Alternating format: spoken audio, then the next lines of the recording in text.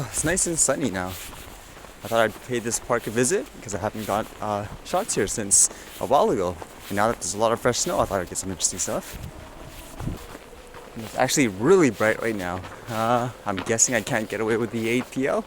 It's kind of funny, I was thinking with the sunglasses, I'm wondering if this actually mimics one of the filters, so that way I don't have to actually look at the screen. I can tell from here, like, okay, this is a 16PL. Is it too dark or is it too bright?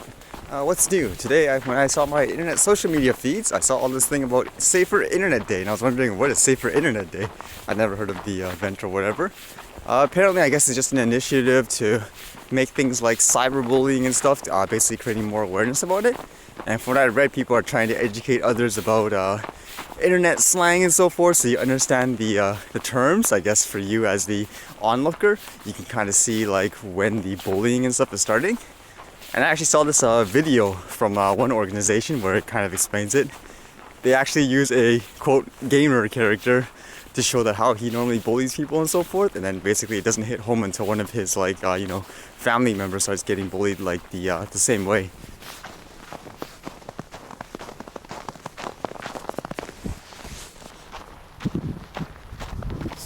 That duck must be lost or something. And what's going on here?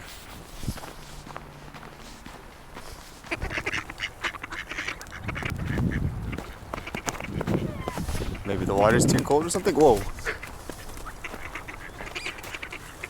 That was a fight. Oh.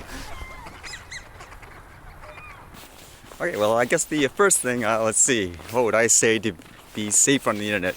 It's kind of funny they mentioned about the slang and stuff, because when I first made internet stuff, it was actually to teach people about the internet, like using like internet acronyms and all that.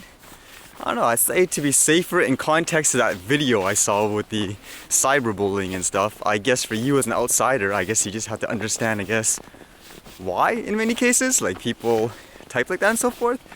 Like since this is a video game theme, like I can tell you from like online games or multiplayer games, for example, I guess a lot of people, they just, it's the first time, I guess, they've ever experienced things like, say, being popular where there's no repercussions or anything like that. I mean, that's why in many cases why people spend like thousands of dollars on those online games to make their characters like, max level, because in that world you're like a god, so to speak. And then from there, if you've never experienced like any kind of, I guess, social interaction in that sense where you're like Mr. Popular and all that, then you tend to, fall into that trap.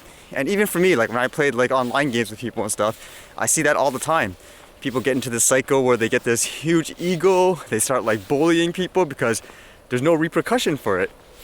And I think the only thing you can do as a, as the outsider is talk to them.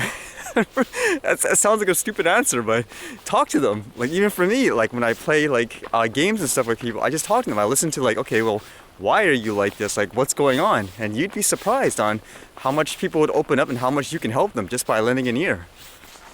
It sounds really silly, but it's kind of like I read a quote the other day or something about you can't defeat darkness with darkness. You need light to defeat darkness or something like that. But it's kind of the same thing, I think, when it comes to the cyberbullying and stuff like that. I mean, many times, just from my personal experience, a lot of people do that because they've just never, been in that situation in life because no one's ever talked to them, outside of whatever it is that they do, whether it's texting or games. And you'd be surprised if you just lend an ear. That would be my advice personally. So I agree, for example, learn the slang and so forth so you know how to talk just like how everyone else talks so you can see the signs. I guess the bottom line is for me, it's embrace the platforms and so forth that people are using as opposed to just condemning them. That way you'll understand like better why people are doing, using these platforms and so forth. Actually, that leads into my next thing that I read, since we're in the video game topics.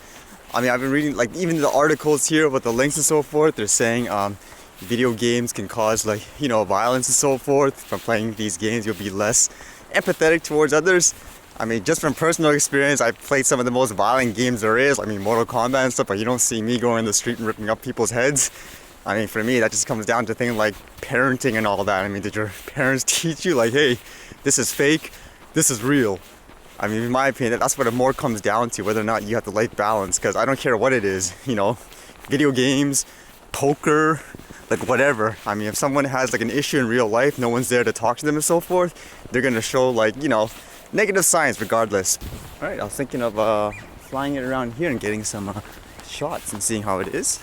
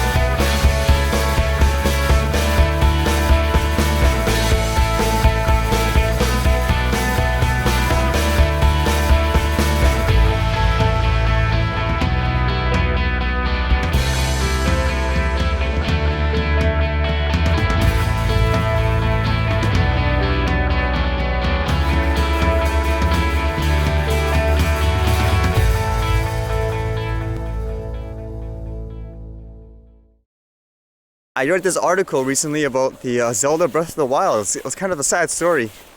It had a person who was dying. Basically, it was life-threatening and he didn't have long to live. And to my understanding, from what I read in the article, I'll link it below if you guys want to read it. He basically has like a hard time getting outside and exploring the world and so forth.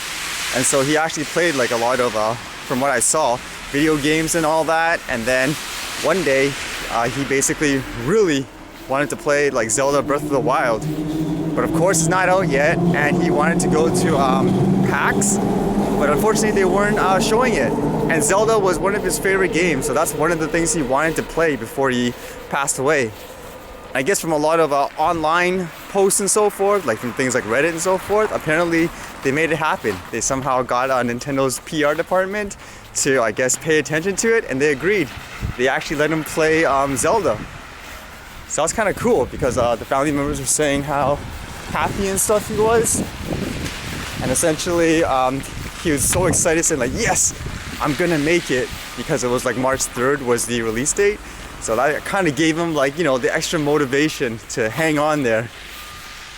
Unfortunately, it didn't have a happy ending, as he did pass away, but it kind of, you know, it made the family members and stuff happy too, to see how happy he was.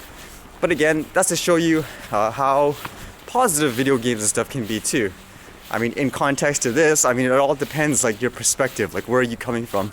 Like in this guy's case, for example, it provided him an opportunity to like explore the world and so forth, like something that he wasn't able to do. Yeah, so stories like that just remind me how, like, never take your stuff for granted in life. I mean, something that's so simple for you may be so extraordinary and life meaningful for like someone else. So I always encourage people, I mean, put your stuff out there. You just never know.